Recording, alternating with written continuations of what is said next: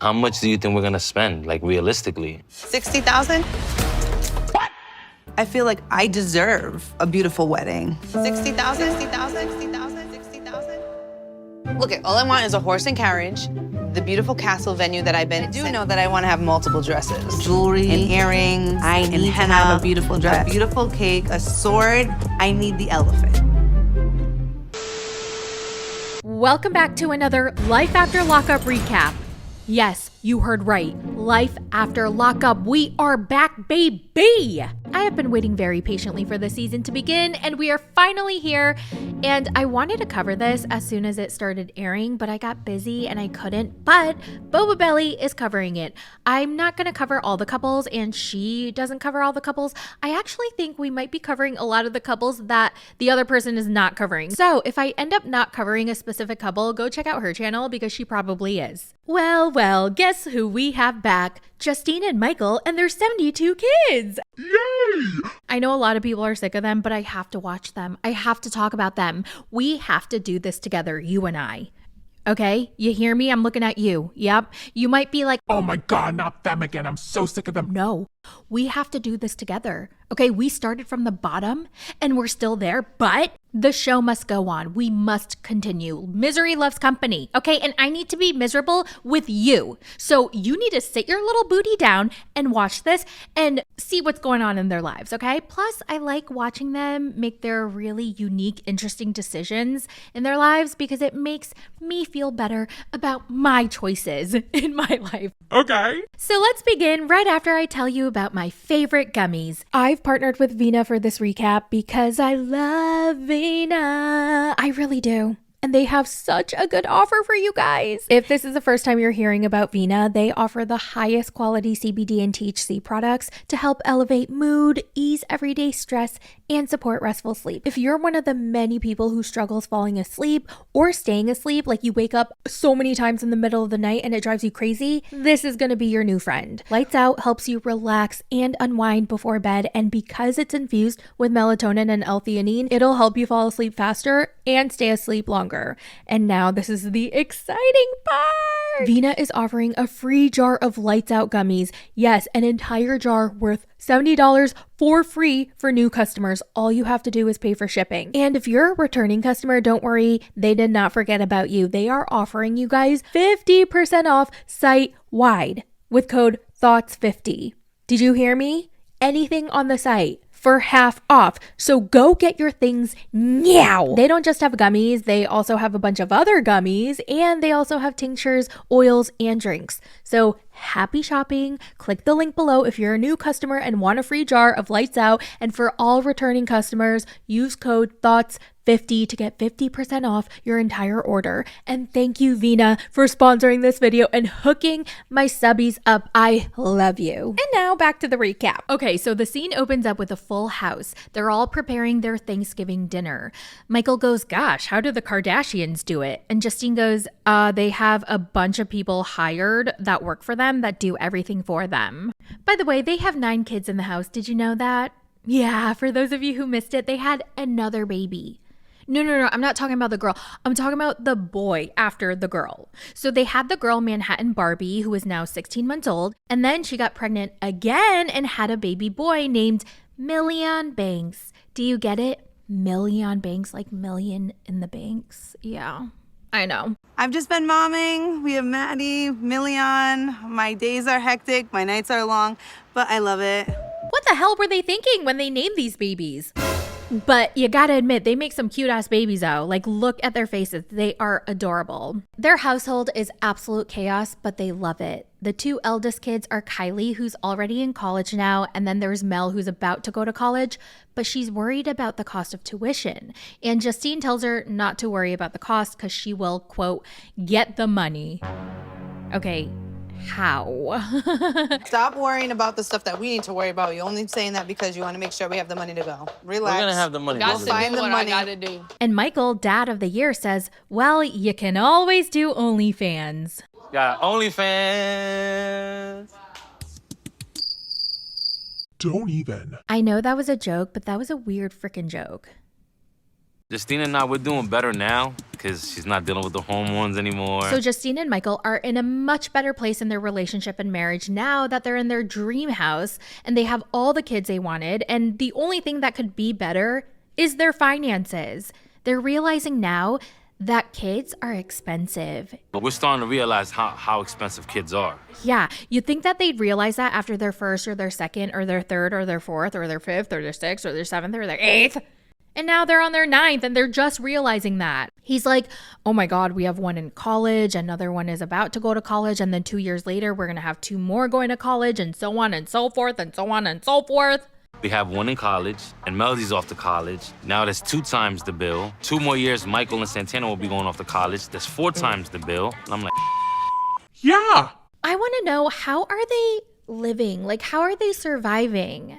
I really don't understand their finances and how they're not only supporting themselves, but 9 kids on top of that. Where are they getting the money? And they just bought a big ass house that was out of their budget. So how are they doing all this? Like, I need to know. So we learned Melody unfortunately got into a fight. Apparently she was approached and she had to defend herself, I guess. There wasn't a lot of detail. I got into a fight. Probably not the proudest thing I've done, but...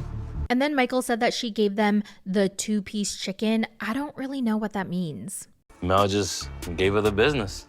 Gave her a 2-piece chicken.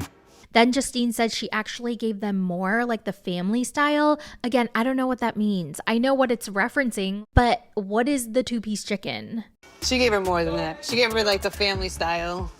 I don't like to see my kids fighting. I'm just gonna assume that Mel beat the crap out of whoever was trying to fight her. Is that safe to assume? I even Googled, what does it mean to give someone a 2-piece chicken? And I got, to give someone a 2-piece chicken most commonly means purchasing a meal that includes 2 pieces of fried or grilled chicken, typically a combo meal that also comes with a side and a drink. So if you know what they're talking about, let me know down in the comments. Now, aside from figuring out where they're going to get Melody's college fund, they also need to start working towards their wedding fund. Yes, they want to have another wedding because they got married while Michael was still in prison, so this time they can have an actual wedding. If we're gonna be doing this wedding, we gotta figure out how we're gonna save some money. Justine's pregnancy with Million was very high risk, so I feel like I owe it to her. Now, Justine says that she wants a very small, intimate wedding, but then she describes something big and fabulous. She's like, yeah, I know we have to stay under budget. We have a very tight budget. We have to be frugal. So I'll make sure to spend under $60,000. If I'm gonna do a wedding, then I'm gonna do a big wedding. How much do you think we're gonna spend, like realistically? 60,000? Are you freaking kidding me? By the way, speaking of weddings and their astronomical cost, I think they're a freaking fraud. What a waste of money. Call me a hater. I don't freaking care. Take that money and put it towards something else. Go on a lavish, luxurious vacation. Bring your loved ones on that vacation. Go put it on a down payment on a house. Like, do something else. How the hell is $60,000 a budget-friendly wedding? Anyway, right after Justine says, okay, let's just do $60,000. Michael's like, what? Just $60,000? And she goes, yeah, I thought I was lowballing it, to be honest. I mean, my mom's wedding was way more than that. Are you joking? Her mother's wedding? Also, $60,000 even today sounds like way too much money for a wedding. But then I've never planned a wedding, so what the fuck would I know? I don't know. For those of you who had a wedding, let me know. Justine's already planning everything in her head. She wants a wedding in a castle. She wants a horse and carriage. She wants an elephant to greet everybody at the entrance of the castle. What? She also wants custom-made jewelry. Her dress needs to be custom-made. She also needs multiple dresses. Look, all I want is a horse and carriage, the beautiful castle venue that I've been sending you pictures for years. We're gonna be having a traditional Guyanese style wedding. I want to have all of the traditional jewelry. I want a beautiful cake, a sword to cut my cake. I want the elephant outside of the castle. When people are coming in, they can take a little picture with the elephant. It really sets the tone for the elegance that's about to happen on the inside. I need to have a beautiful dress. $5,000 on a dress isn't a big deal. By the way, that's another scam, the wedding dress. You're gonna wear it for like 8 hours. Just rent one. So everyone's at the dinner table, they're eating, and Michael stands up and he says, I have an announcement. And immediately the older girls are holding in their breaths and they're like, oh my God, please don't tell me you're having another baby. I have an announcement, guys. Don't even tell me that it's another baby. Babies are blessings, but I just feel like it's already chaotic as it is. You don't need no more. And they're like, oh, no babies for now. But we're gonna have a wedding. Yay! And all the kids are like, oh my God, thank God. Another wedding. Now, one of the dinner guests is Michael's good friend Jay, and he's apparently a barber to the celebs. And Michael wants to get in on that, because why the hell not? He's always looking for ways to expand his businesses. Right now, the business that does the best is their luxury car service. So basically, whenever tourists come to Vegas and they want to rent a nice luxury car, they contact them. As of right now, we have 6 luxury vehicles. When tourists come into Vegas and they're looking for a nice car to drive or a souped up ride, we're the ones they contact. How the hell do you own 6 luxury cars? I can't even afford my Honda with 0 kids. How the hell do they afford 6 luxury cars with 9 kids? So Michael and Jay are talking about their business venture, and I don't know if I got this right, but it kind of sounded like they want to provide the space for barbers to rent out, and they're going to rent the space from Michael and Jay. The idea is to have a his and her shop. So on the left side, we'll have the barbers, and on the right side, we'll have the salon. And apparently, Michael already promised Jay that he was going to invest $100,000 into the business. But now that Justine wants a $60,000 wedding, he doesn't know what to do. He can't do all of that at once, so he has a plan. He's going to invest the $100,000 into the hair business first, make lots of money from it, and then he can pull the $60,000 for the wedding from the lots of money he makes from the hair business, and Justine will never have to know. Yeah, plot twist, Justine has no idea that he's going to invest $100,000 into this hair business. I haven't told Justine that I promised Jay the money already. And that's where their segment ends. Yeah, can't wait for the shit show. Can't wait. We're back, baby. And that's it for this recap. Let me know all your thoughts in the comments. And don't forget to check out my sponsor, Vina. They are offering free jars of gummy and 50% off for returning customers. Check out the link in my description. Love you guys, and I'll see you in the next one. Bye. I don't know what they're going to be when they grow up, but can you imagine Dr. Manhattan Barbie or Manhattan Barbie Esquire? Like, it's just so funny. And Million Banks, like Dr. Million Banks. After naming their daughter Manhattan Barbie, I'm surprised they didn't go with a name like Jersey Mike's for their son. Wouldn't that go cute together though? Manhattan Barbie and Jersey Mike? What the hell is up with these baby names? Like, seriously, especially in reality TV.